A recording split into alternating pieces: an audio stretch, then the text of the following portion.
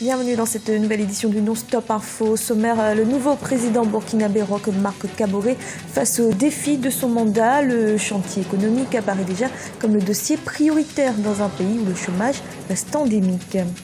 Début de campagne pour les élections sénatoriales à Madagascar. Le 29 décembre prochain, 12 500 grands électeurs sont appelés à élire 42 sénateurs.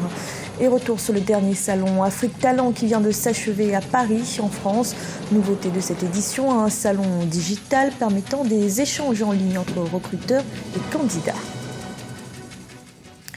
Mais tout d'abord au Rwanda, le référendum sur la réforme de la Constitution est fixé au 18 décembre prochain.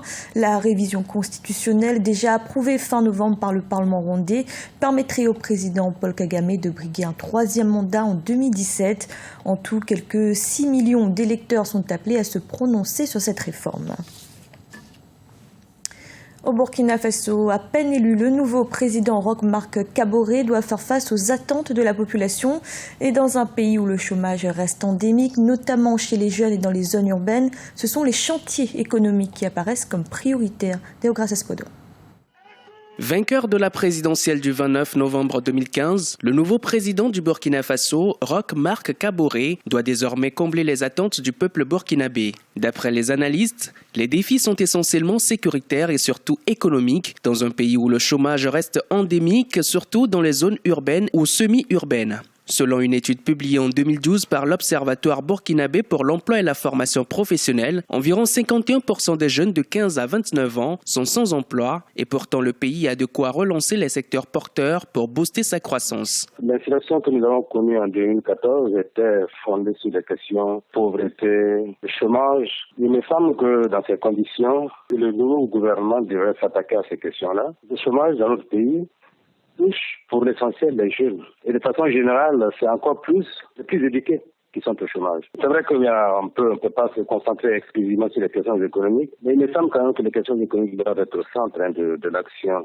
du nouveau gouvernement. Au lendemain des élections présidentielles et législatives au pays des hommes intègres, les spécialistes estiment que le prochain exécutif devrait mettre l'accent sur la lutte contre le chômage des jeunes, promouvoir davantage l'alphabétisation, mais également favoriser un plus large accès des populations aux prestations sociales. Selon les Nations Unies, le taux de couverture de la consultation prénatale n'est que de 18% au Burkina Faso contre 44% sur l'ensemble du continent. Il me semble qu'il faut se mettre du côté de l'offre, c'est-à-dire faire de sorte que l'offre productive au niveau de notre pays soit améliorée. Il faut qu'il y ait des investissements structurants et là, on pourrait non seulement relancer la production, mais aussi créer des emplois décents et des emplois certains et on pourrait en même temps améliorer les revenus des agents économiques. Aussi, la question industrielle semble très importante et dans ce sens-là, je crois qu'on doit jouer essentiellement et de façon forte sur la question de l'énergie. Le 29 novembre 2015, plus de 5 millions d'électeurs avaient été convoqués aux urnes pour choisir un nouveau dirigeant, un an après la destitution de l'ancien président Blaise Compaoré. Il va sans dire qu'aujourd'hui, les attentes suscitées par l'élection du nouveau leader de l'exécutif et de nouveaux députés à l'Assemblée nationale sont fortes.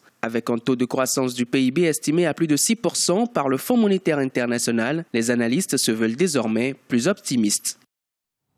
Dans l'actualité également, le mandat d'amener qui visait Guillaume Soro, le président du Parlement de Côte d'Ivoire, a été levé. La juge d'instruction Samine Kéris l'a indiqué ce mardi. La justice française recherchait le président de l'Assemblée nationale ivoirienne dans le cadre d'une instruction sur une plainte de Michel Gbagbo, le fils de l'ancien président ivoirien Laurent Gbagbo. À Madagascar, la campagne électorale pour les sénatoriales a débuté ce mardi. Le scrutin est prévu pour le 29 décembre prochain. Une étape importante pour la grande île. Depuis le coup d'État en 2009, le pays n'avait plus de sénateurs. Idolette Mirabel-Bissou. À Madagascar, la campagne pour les élections sénatoriales a débuté mardi 8 décembre 2015. 12 900 grands électeurs sont appelés aux urnes pour élire 42 sénateurs. À noter que d'autres sénateurs seront à l'issue de ce vote nommés par le président de la République. Ces élections, qui se tiendront le 29 décembre 2015, énoncent déjà des enjeux multiples au sein de la classe politique malgache. C'est d'abord rétablir, remettre les institutions politiques malgaches en place. Après l'Assemblée nationale, donc maintenant le Sénat, donc là il s'agit de revenir à cet équilibre institutionnel. Deuxième enjeu, il s'agit pour le président aussi d'essayer d'avoir une légitimité politique. Depuis la crise politique de 2009, le pays n'a plus eu de sénateurs. Il s'agit donc, selon certains analystes, d'équilibrer les institutions politiques dans le pays. L'enjeu de ces sénatoriales pour les partis politiques de l'opposition est d'avoir des sièges au Sénat pour pouvoir participer aux décisions nationales.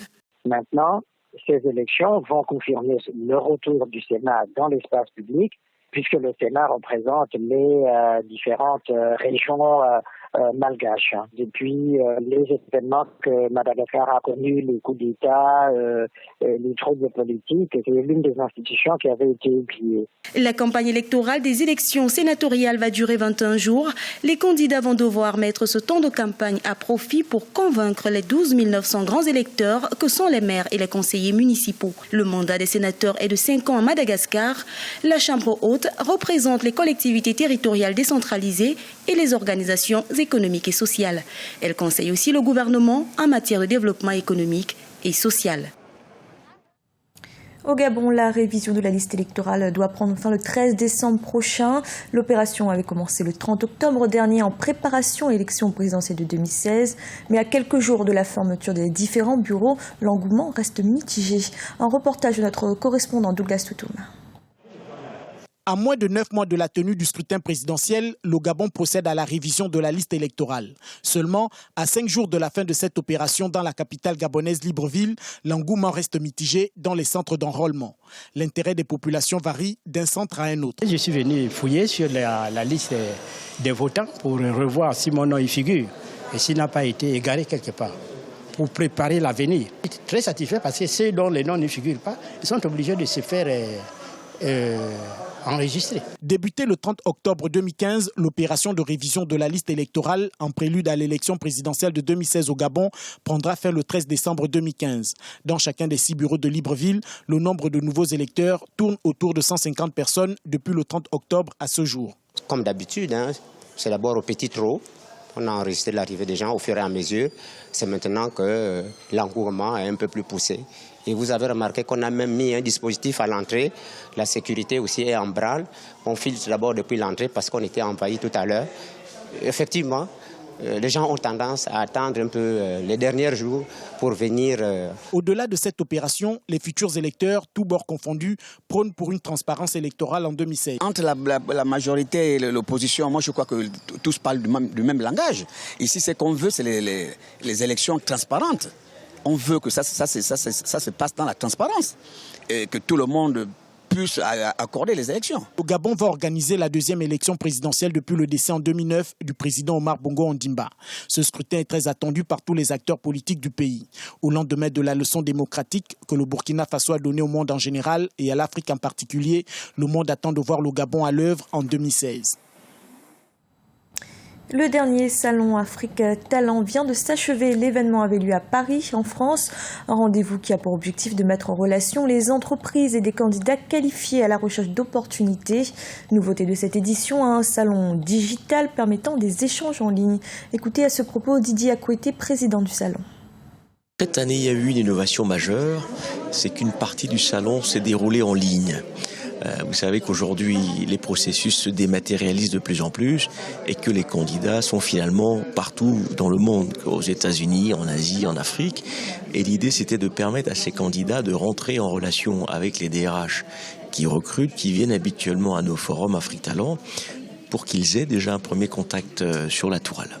Donc on dématérialise d'abord le contact et puis deuxième étape, les candidats qui intéressent les DRH sont invités à Paris pour avoir des entretiens individualisés. Donc ça évite également pour les candidats lorsqu'ils viennent au forum d'avoir à faire des longues files d'attente avant d'avoir accès aux entreprises qui embauchent. Donc on a raccourci un peu le processus et permis aux candidats, quel que soit l'endroit où ils se trouvent, de participer au forum. C'était le journal de la rédaction. Merci de l'avoir suivi. Retrouvez dans un instant une nouvelle édition de l'information.